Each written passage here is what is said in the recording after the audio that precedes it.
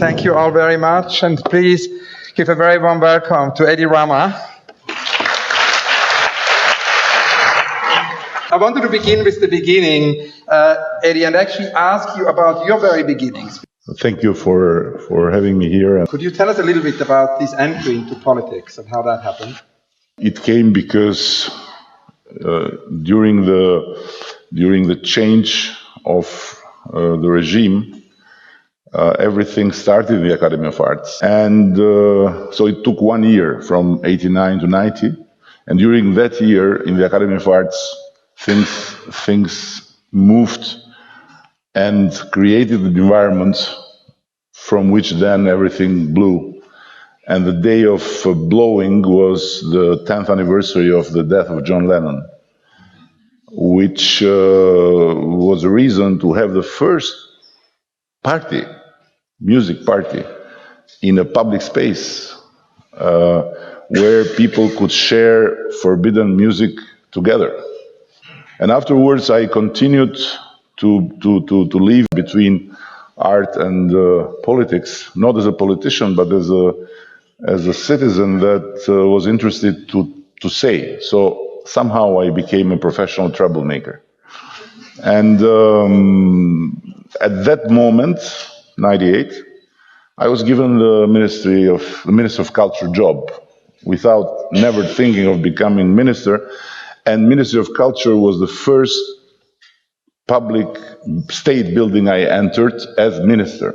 I never entered before in any state building. You became mayor of Tirana, and that led to an extraordinary project where you decided to basically bring hope to the city through colors.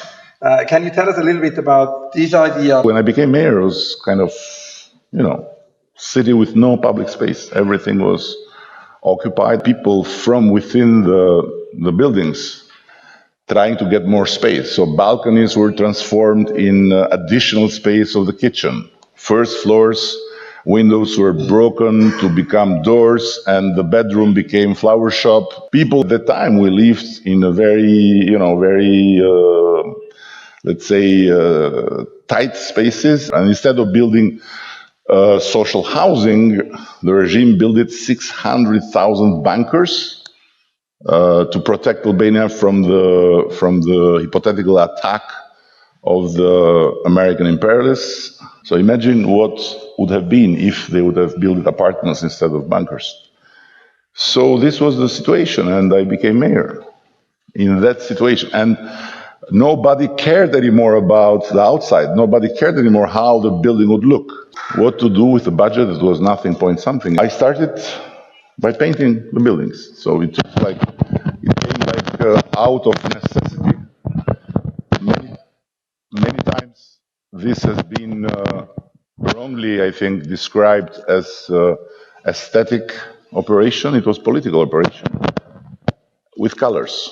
There was a noisy minority against it. And I said, maybe I have to just stop and made a survey, which remains my preferred survey in 20 years of politics. Do you like what's happening in your city with the colors? And do you want it to stop or continue? Do you like it? Was 67% yes. Do you want it to continue? Was 85%. So half of them that didn't like it, didn't want it to stop. So this is like,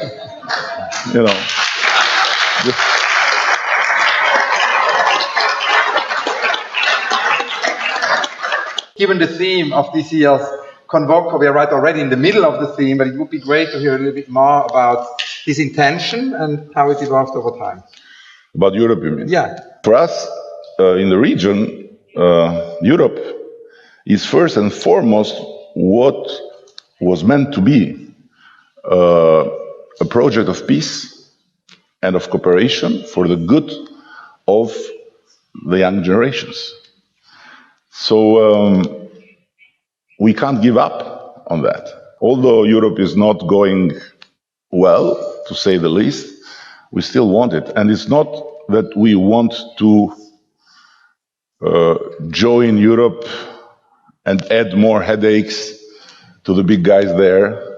who are apparently fed up with some countries that are the newcomers and so on and so further, but it's because we want to build a European country and European region with institutions and with rule of law and functioning democracies. And there is only one way to do it. It's Europe. EU values, the Albanian values, we discussed earlier over lunch how that negotiation happened. So it would be interesting to hear about that and just also what is your personal vision for Europe? Let me say one thing. Albania was the only country in Europe that had more Jews after the war than before the war. It's the only country in Europe where no Jew was released to the Nazis. And where the Nazis lost it was that Muslim families adopted Jews. And the Albanian Catholic cardinal made a lot of fake baptized procedures to give Jews Catholic identity. And when the Nazis convoked the four religious leaders, they were the only, let's say, authority in the country after the occupation, and they said, we want to sign an agreement with you. You have to agree that the gold that was transferred to Rome should be taken by us, by the Nazis, and you have to agree that the list of Jews should be given. They signed the gold, not the Jews. Take the gold, forget about the Jews. So, is it a value? I think it's a big value, and I think, the fact that in our little poor country, opening the doors and sheltering people is not something you would put in question, but you just do. I think it's a European value, no?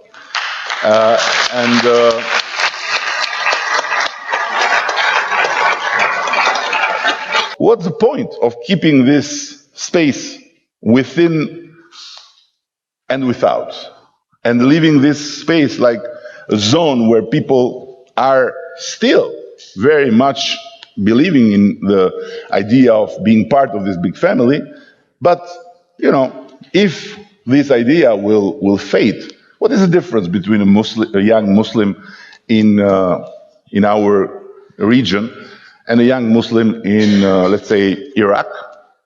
The difference is that our young Muslim has Europe, has the dream, has the perspective, has a way of living and of contributing to the world that is, paved by values and by tradition.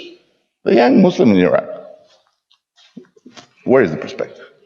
So it's very important to understand that, yes, we are Europeans, but being part of the Union for us is not a matter of adding to the mess.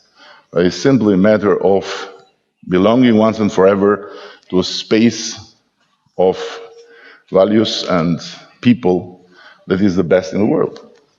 Now, two last questions. We've all seen images over the last couple of weeks in relation to the June 30 election, images which are quite disruptive of what we think of the new Albania. Could you tell us a little bit about that? Yes, maybe I can. No, I don't know. I'm biased because I'm one side. There is another side that if you had invited them here, you would have heard a completely different story. But it's the beauty at the end of living in freedom and democracy, because you have totally different stories sometimes. We have a very tough political life, in terms of very tough. I strongly believe that the quality of democracy, the quality of living together does not depend on how much you agree, but in which way you disagree. We can't even agree about the time. So we need to grow up. Democracy is not an easy exercise, and growing up and maturing is part of this painful period of transition. And Europe is very important, and European integration is unique because of this. It gives you the tools to modernize. It gives you the way and the know-how to build institutions, to build a credible justice system. And combining the know-how of Europe with the very attractive power Europe has on the Albanians, you can make reforms that are really very unpopular, but that have big support. Because people say, yes, okay, this is not nice, but we have to do it because we are Europeans and we want to belong to Europe. In the same time, I don't get it when people in Europe, states or leaders, do not understand that for us the integration process, the journey, is much more important than even the arrival, because through the journey we can modernize, we can create the states we never had in our history, and we can, possess the know-how that Europe has. Now, the journey in politics.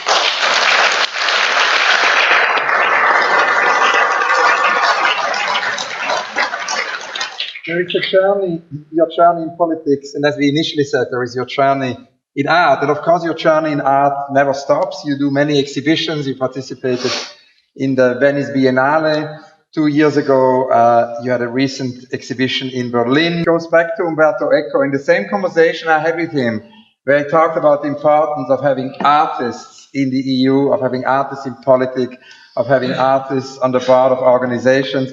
He was also telling me that we need to do something about the disappearance of doodling and handwriting, because he says, in the digital age, less and less people do that. So it's also a protest. I've devoted my entire Instagram to that every day, to keep doodling alive, and also put art in the center of openness and dialogue in Tirana. It would be interesting to hear a little bit about the Center for Openness, and I'm particularly interested to wrap the conversation up here, to hear a little bit about the mushroom, about Carsten Höller's mushroom. Yeah. I think it's a great story.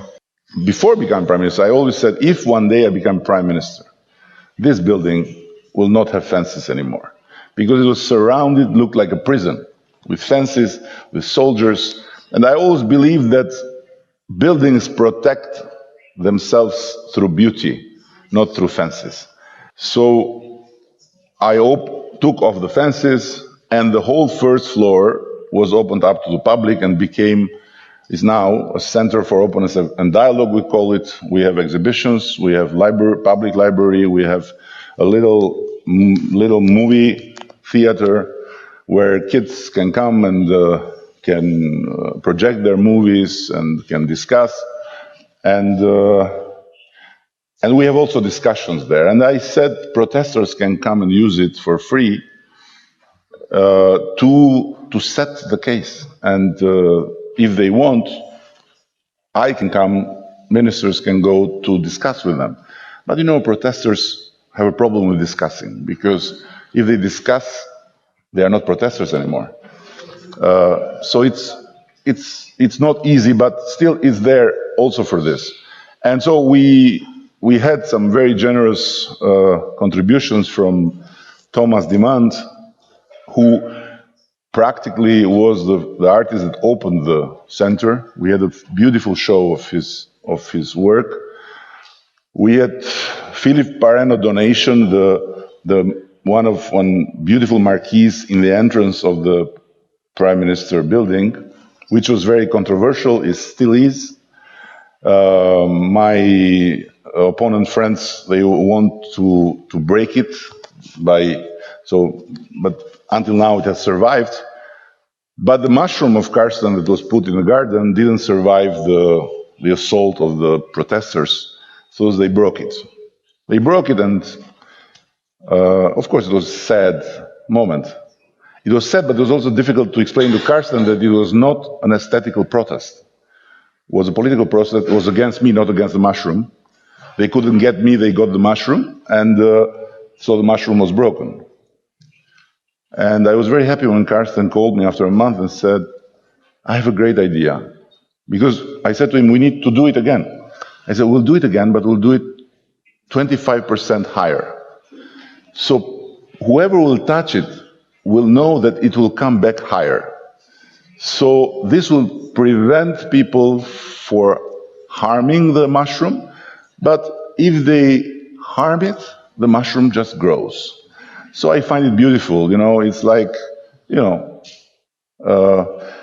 surviving by growing and, and reacting by coming back. So it's a very beautiful idea, and I'm looking forward to have this bigger mushroom now, which may inspire and incite some more protests, but then we'll have it even bigger.